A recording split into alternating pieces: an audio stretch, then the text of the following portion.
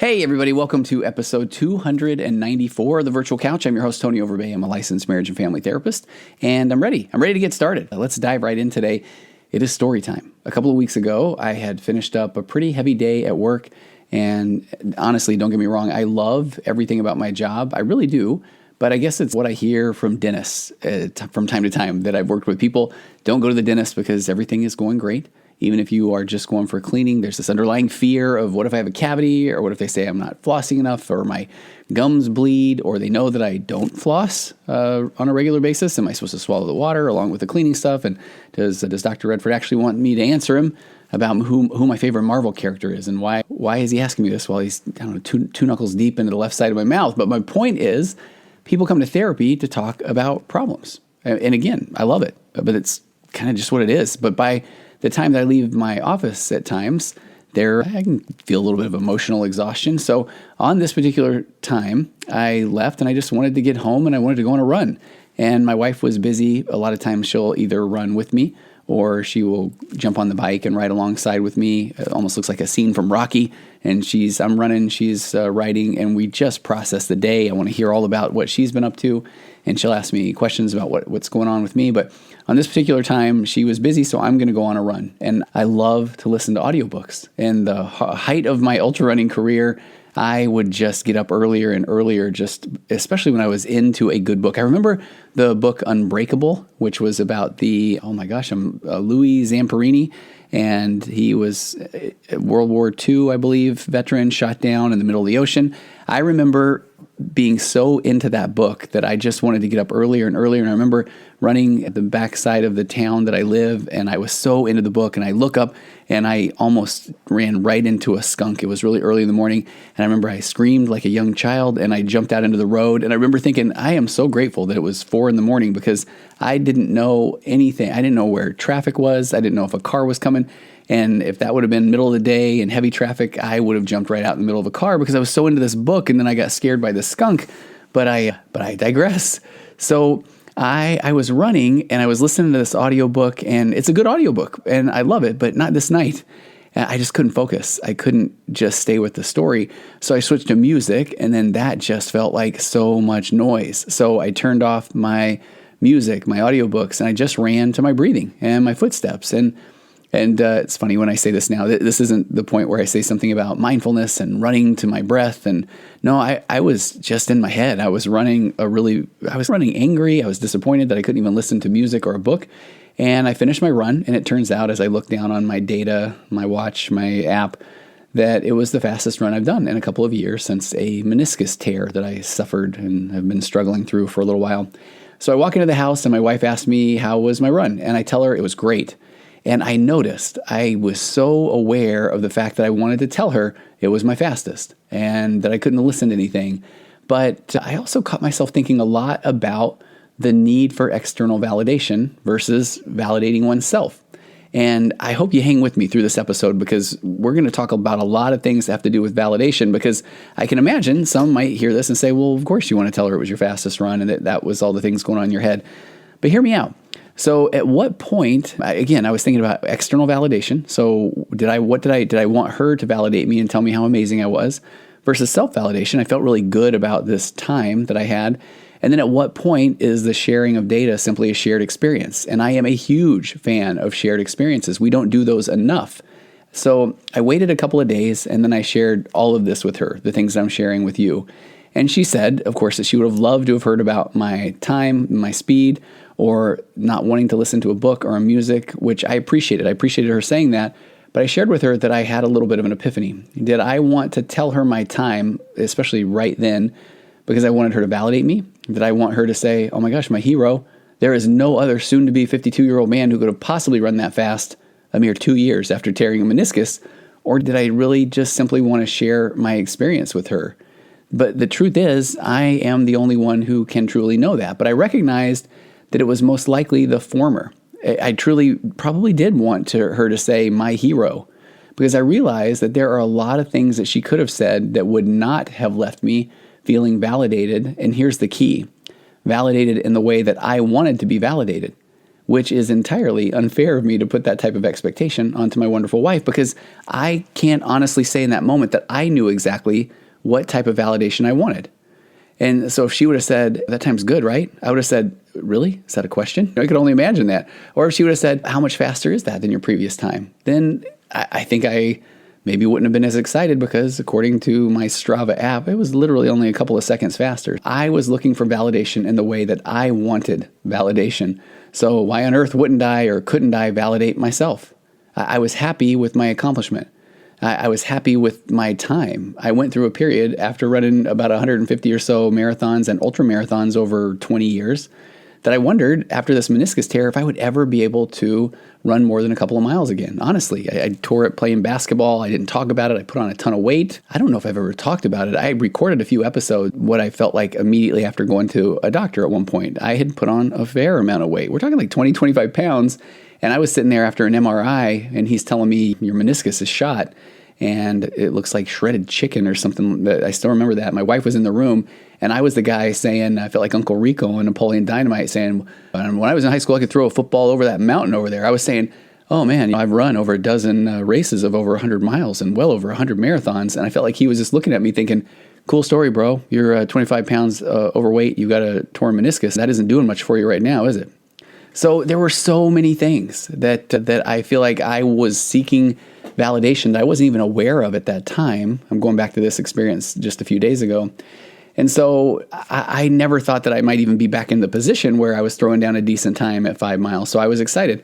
So that evening that I ran, I did validate myself. And with this new awareness, I can imagine that I could have then moved into wanting a shared experience, even in that moment. But hey, check this out. I had my best time, yet I was running a little bit angry and I couldn't listen to music. So you see, when we're able to self-validate or avoid what one wise person once told me was called compliment fishing, I loved that term, because how often are we just fishing for compliments? Instead of, because our spouse doesn't really know, okay, wait, what am I supposed to say? What's the compliment that you're looking for? If you tell me, but then if we say, then it doesn't feel sincere. It's not sincere anyway if I'm fishing for the compliment, or if I'm seeking this external validation that I'm not even really aware of exactly how I'm wanting to be validated. But so if we can avoid that compliment fishing, or that just seeking external validation just for the sake of seeking it, then we're able to remain more autonomous and independent. We're able to take a look at ourselves, and then from this differentiated state, and again, remember, differentiation is where one person ends and the other begins. And this is that fascinating goal of relationships. We are codependent and enmeshed more or less in our factory settings. And so when we start to be autonomous and interdependent and differentiated, that at first it can feel a little bit scary. It's like we're putting ourselves out on our own.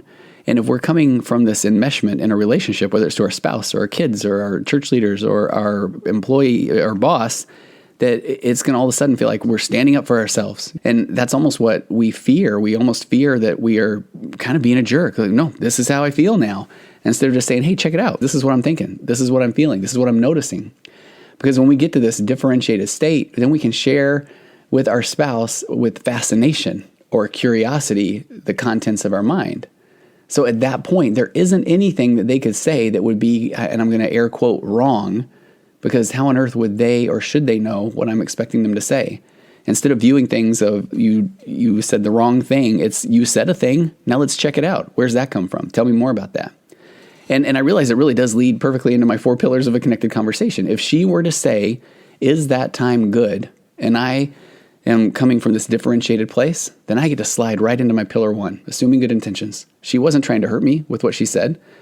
She wasn't trying to put me down with her comment, that there is a reason why she's saying what she's saying or asking what she's asking, which then I get to move into my 2nd pillar. I can't tell her she's wrong or put across the message that I don't believe her or that's ridiculous, even if in certain situations I didn't believe her or I didn't really feel like that was the right thing, because that would just be my opinion.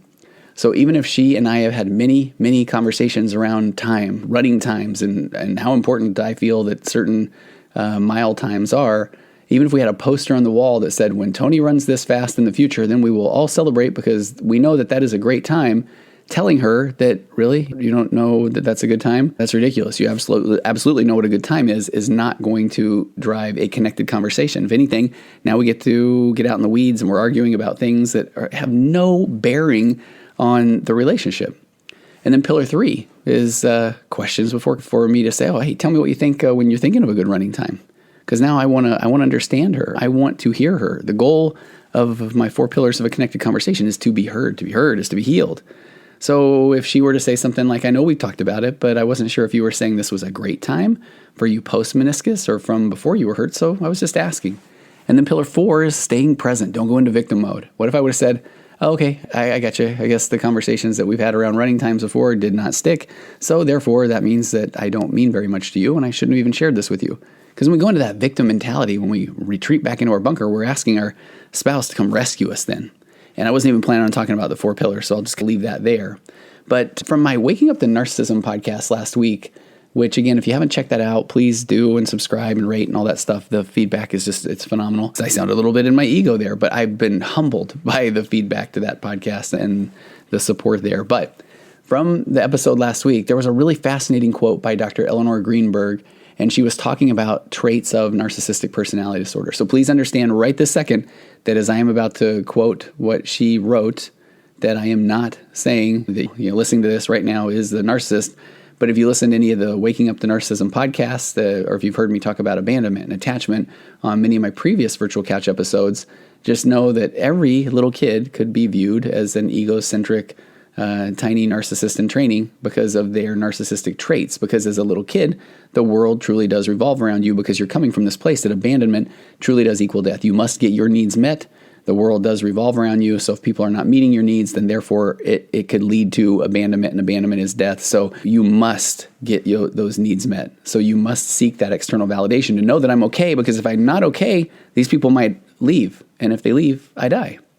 So coming in that context, and actually I just did an episode on context last week, but in context then she says that narcissism, so I'll say narcissistic traits or tendencies, are a series of coping strategies that began as an adaptation to a childhood family situation that left the person with unstable self-esteem and the inability to regulate their self-esteem without external validation. And then she also added that, and I think this is the part with coming from little kids, lower empathy. So then as we get older, the goal is to move from self-centered to self-confident. So then if you follow that train of thought or this logic, when she's talking about a series of coping strategies that began as an adaptation to a childhood family situation. So a childhood family situation, meaning that we're trying to navigate the intricacies of childhood to get our needs met so that we won't be abandoned. And then she says that left the person with unstable self-esteem. Okay, hey, welcome to childhood, or adolescence or teenagers, or that this unstable self-esteem. I love that, the way that she phrases that. And then the inability to regulate their self-esteem without external validation, which means that we feel confident when others say that we're confident. We feel bad when others say that we're bad. So it would make sense then that if these are these traits or tendencies in childhood that we would want to mature or grow out of them, that then look at the opposites of these things. So then unstable self-esteem, we need to step into our self-confidence. Again, not self-centeredness, but self-confidence, and then learn to regulate our self-esteem without external validation, which means validating ourselves internally. The key to that is finding things that really matter, things that you can take pride in, things that you find a passion with. And she went on to talk about 2 just fascinating concepts. One's called whole object relations, and saying that people that struggle with narcissistic traits, tendencies, personality disorder, so then I would say, again, every little kid. So we want to mature into these concepts. She talked about whole object relations. This is the capacity to see oneself and others in a stable and integrated way that acknowledges both the person's good and bad qualities. We all have them. We all have good and bad qualities. Can you look at somebody and see not just the bad, but the good?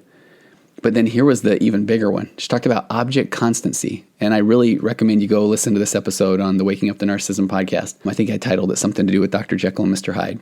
But object constancy is amazing. This is the ability to maintain a positive emotional connection to somebody that you like, even if or while you are angry or hurt or frustrated or disappointed by his or her behavior. So how, as a mature adult and human being, if someone suggests something different, if they say no to you, if they have a different opinion, it's this struggle with object constancy that comes into play. So if someone says, I don't like what you're doing, then all of a sudden, if we cannot maintain this object constancy, then that means that we just flip a switch and we go from hot to cold, Dr. Jekyll to Mr. Hyde, or Mr. Hyde to Dr. Jekyll. I always forget which one is bad and which one is good. But can we maintain whole object relations, that people can have their own opinions, and just because they express an opinion doesn't mean that it is criticism? I talked a couple of weeks ago about when we feel criticized, our childhood programming says that we're so afraid of going into this shame spiral. And so if somebody says, oh, I would have done something different. And I gave an example about something I was talking about with my wife. It's hard to not feel like someone else's opinion is criticism. So you have to look at it in a very mature way to say, oh, that's their opinion. I want to know more because I'm confident in the things that I am expressing. Or if I'm not, then I am open as a differentiated individual to hear other people's opinions. But that doesn't mean that my value or my self-esteem is based on other people's opinions. Or that doesn't mean that I'm wrong to have another opinion. So when we feel criticized, we're so afraid of going into the shame spiral or shame cycle that we do anything to protect our fragile egos, including getting defensive, or when people gaslight, or when people get angry, or they withdraw. So I really feel like the last few weeks, the theme I think I'm trying to go here is that we need to step into our calm, confident energy, recognize that we are an individual, that we are the product of all of our, again, abandonment, nature, nurture, DNA. All of our experiences make us who we are. If we're talking in a religious context, you're a child of God, the only version of you, and you have your own talents and abilities. And the quicker you can find them, then the more you are going to feel confident and step into the self-confidence. But even when you do, now all of a sudden, as you are differentiated and interdependent and you're the only version of you, then you are going to start feeling more invalidation because you're no longer absolutely seeking the external validation to tell you you're okay, but it's still in our DNA, it's in our programming to say, what do you think about what I'm saying or doing? And if somebody says, I don't like it, then we need to get to this place to say, oh, I appreciate your opinion. Tell me more. Not, okay, well, I guess I'm a bad person, or I need to change the way I think, feel, or the things that I do. Eleanor Greenberg said that without whole object relations and without this object constancy, that people with these narcissistic traits or tendencies, that sort of thing, can only see themselves and other people in one of two ways. Either they are special and unique and omnipotent and perfect and entitled, which she called high status, or they're defective or worthless, or she said garbage, low status. So this means that the person struggling with these narcissistic issues or immature, I'll just say immature view of self or others, cannot hold on to his or her good opinion and good feelings about somebody once they notice the flaw in someone else. Again, that's the immature way to show up. So then all of a sudden the other person goes from being special and put on a pedestal to being devalued as nothing special. But here was the big paragraph. So we are trying to grow into our mature, confident selves as adults. And narcissists often seesaw, and again, narcissistic traits, tendencies, the things we bring forth from childhood often seesaw back and forth between these two. So when someone is feeling good about you, or more accurately, you are making them feel good about themselves. So when they are seeking external validation and you say the right things, then they see you as special because that makes them feel special. They aren't internally validating themselves. They are basing all of their worth on the opinions of others. But then what if the person doesn't say the right thing? Now they feel criticized and they go into this defense mode. So you can see we're just setting each other up for failure. Instead of just saying, here's how I feel, how do you feel? And I'm telling you, it could be that simple. It really could.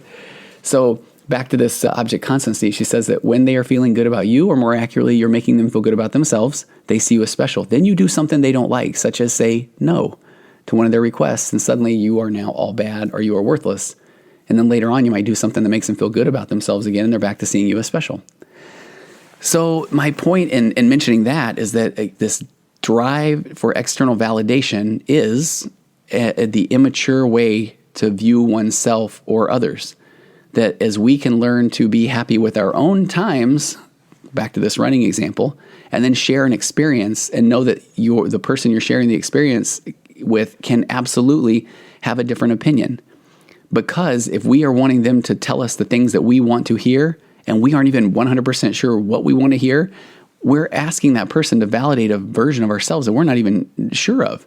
So I will speak to that more here in a little bit. I've got a couple of notes on my outline, but let me get back on track. So again, left, unchecked.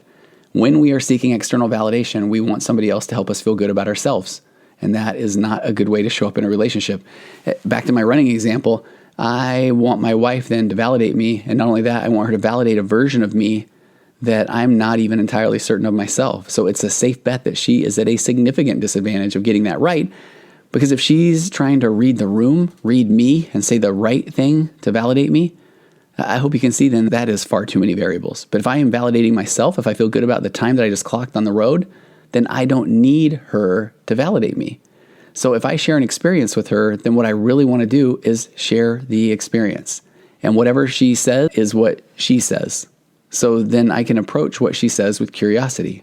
If I'm my own person, and let me just add, when it comes to connection, polarity, attraction, and I talk a ton about this in my magnetic marriage course, but the way to build that connection or that polarity in a relationship, that passion, that chemistry, is not by seeking external validation.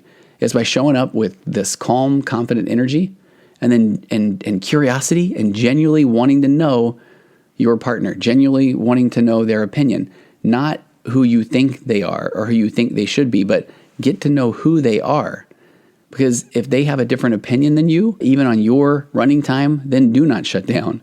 You do not say, well, I guess you don't even care about me. No, you say, hey, tell me what your thoughts are. And then be prepared, nay, relish in the fact that she has another opinion, because that is going to spark conversation. I was talking with someone yesterday, and they put it so well, I had to stop and type this out on some notes.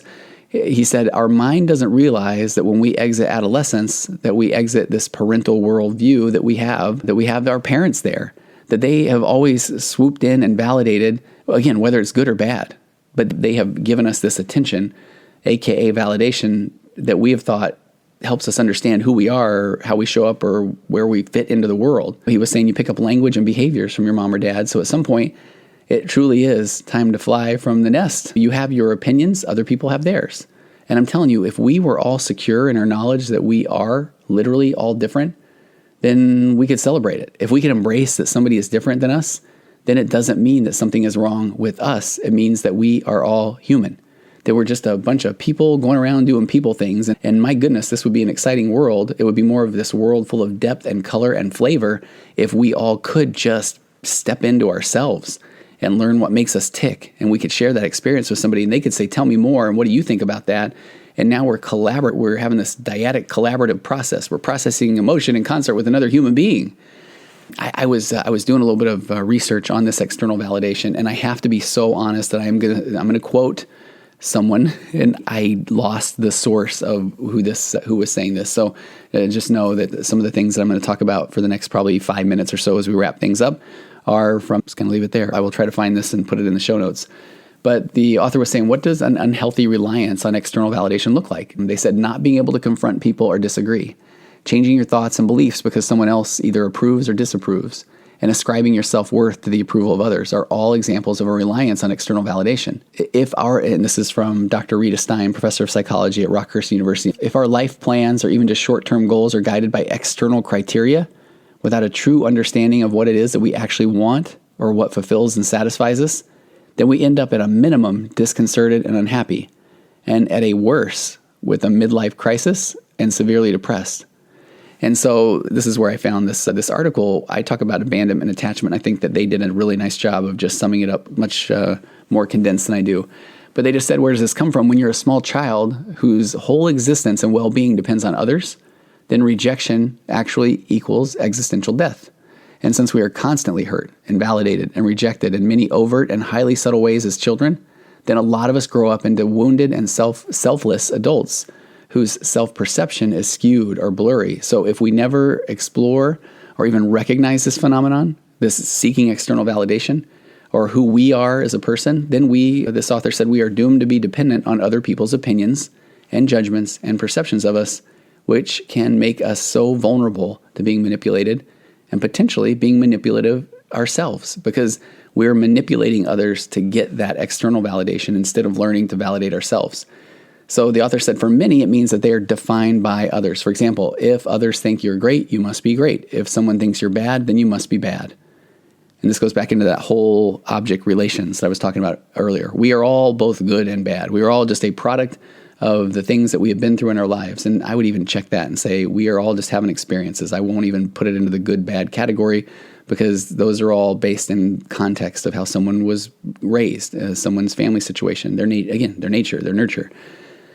And if they perceive you as flawed, accurately or inaccurately, then you may have a tendency to feel horrified. The author said, here, such a person has two problems. One, they constantly need other people's approval and validation to feel that they are a good person, to feel pleasant emotions, or to even feel alive. And two, they feel shame or guilt or anger or loneliness or anxiety or confusion or other painful emotions when someone disapproves of and invalidates them, which then often leads to dysfunctional behavior to manage all of it. Now we're into the world of unhealthy coping mechanisms because somebody hurt our feelings, because somebody disagrees with our point of view. And those are, and this is the part that it is fascinating, it's sad, but that we then move into adulthood with a lot of these childhood coping mechanisms and attachment wounds and abandonment fears without even knowing them. They're so deeply embedded in our subconscious that when someone invalidates us, then we will turn to unhealthy coping mechanisms. And it's a way that our own brain, our own body is saying, I am hurting. I want to be understood. I want to be valued. I want to be cared about. But we're doing this now in this echo chamber of addiction, or turning to our phones too often, or food, or binging on shows, or pornography, or drugs and alcohol and spending, and all of these things that then we do in secret because we feel so bad about the way that we're showing up in public. And why are we feeling bad about the way we're showing up in public? Because we are basing our self-esteem and our confidence on how people then react to us. But instead, we need to just show up. This is who we are. We're going to figure things out. We're navigating our life, and it's going to get bumpy and messy. But as we start to do more and find more of a purpose and turn toward things that matter, value-based goals, and take action on those, and be aware of this, wow, it looks like I'm seeking external validation, we're going to start to find ourselves. We're going to start to raise our emotional baselines and really step into the person that we need to be. And if our partner isn't up for that, then is that a mature relationship? Because you can't keep doing the things that you're doing if it is causing you to feel less than, or not letting your light so shine so that others around you will not feel less than. We are all put on this earth to shine, to do good things, to be the best version of ourselves we can be, because that lifts up people around us. It lifts ourselves up. So this is one of those situations where I feel we just get it all backwards, where people are just so, again, afraid of saying the things that they really think or feel, or being the person they want to be. But yet that is exactly the thing to do, to then raise your self-confidence and raise those others around you. And if they don't step up as well, if they don't show up with curiosity, then is that a healthy relationship? And I'm talking about friends, I'm talking about spouses, relationships, jobs, churches, all of those things, because that is not the way to build one's self-esteem, self-confidence. The author then said that, give a few simplified examples. She said, if somebody likes your post on Facebook, then everything is well and good. But if they don't, you start to feel terribly anxious or empty or invisible. And I was thinking about some funny things about this I hear so often. How many times do you come upon a post and nobody has liked it yet? And you want to like it, but you don't want to be the first person to like it because you don't want it to look like you are just scrolling on Instagram or Facebook all day if that post was just a minute before, instead of just being in the moment, having your experience. I don't have to explain to anybody that I just got on Instagram and I was the first one to like a post. Who cares? But I hear people talk often about, well, I got there. I didn't want to be the first one because I didn't want somebody to think that, well, that's all you do is to sit there liking people's posts. Or I talk often about YouTube versus podcast. Boy, talk about invalidation.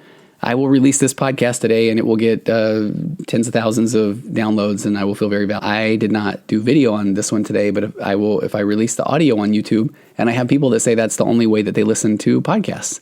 But if I put that out, it'll get 100 views or listens. You know, kids these days, the teenagers that I still work with from time to time will pull up my YouTube channel and see, 1,000 followers and a bunch of videos, and none of them have a lot of views or likes. And they'll say, oh, I thought your podcast was really popular.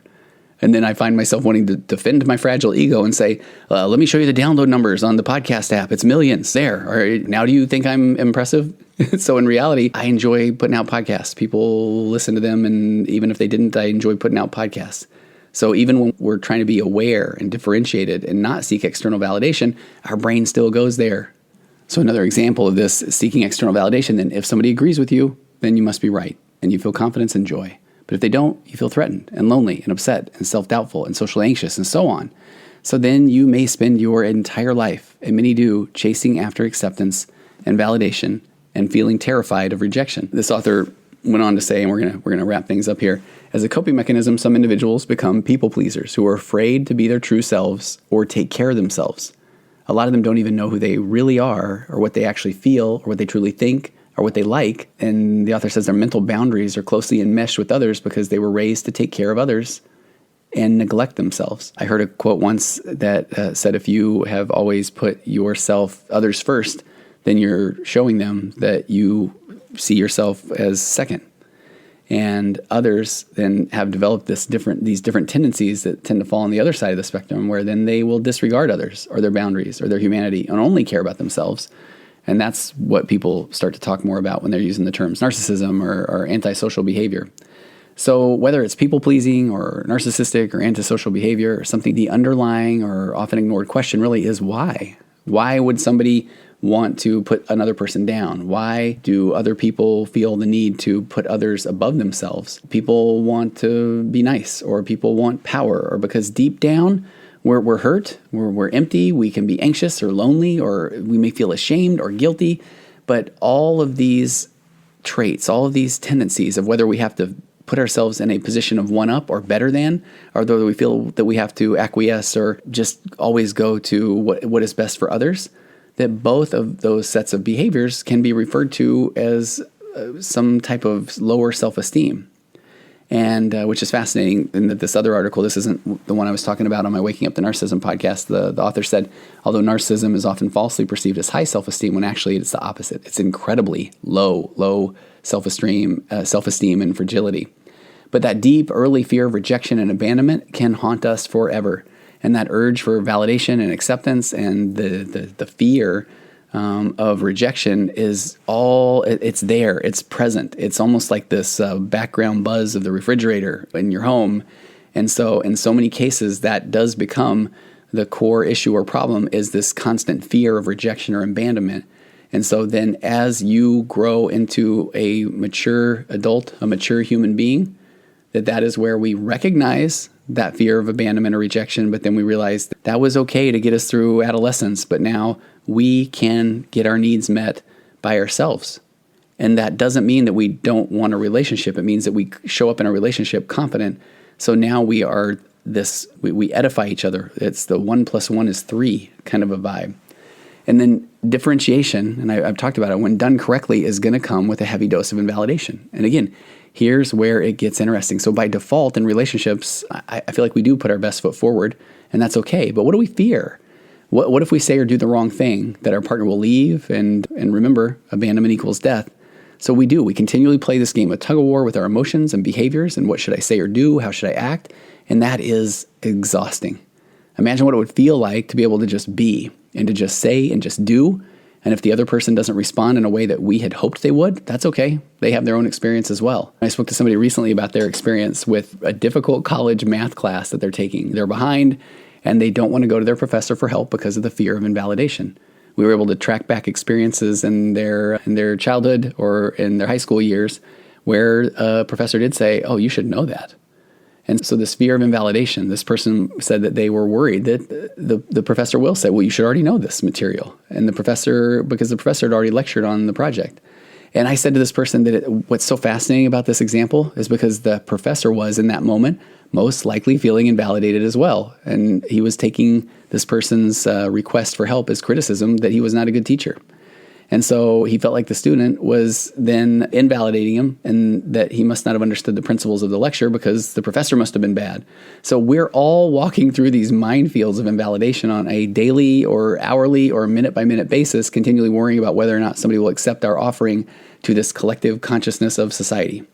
I think I've gone on too long. But I hope that you can see the message today that I would love for you just to be more aware of, am I seeking external validation because I want the person to say, "You're the best," or am I trying to share an experience?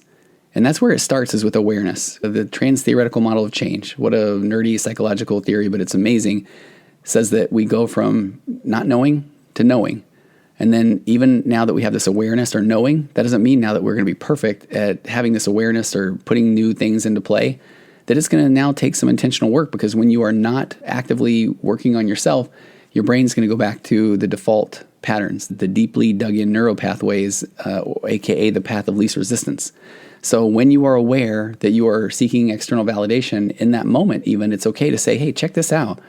I realize I am wanting you to say that I'm an amazing person, and that's not fair to you, because number one, you might not think I'm very amazing with what I'm sharing right now, especially the way I'm showing up.